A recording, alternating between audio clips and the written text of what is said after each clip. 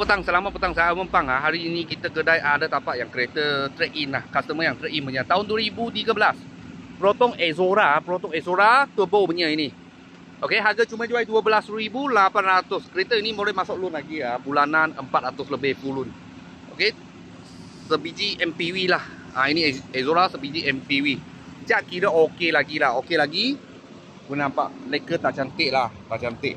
Sebab ini untuk customer yang trade-in punya. Kita tak ada buat apa lah. Terus murah-murah jual aja.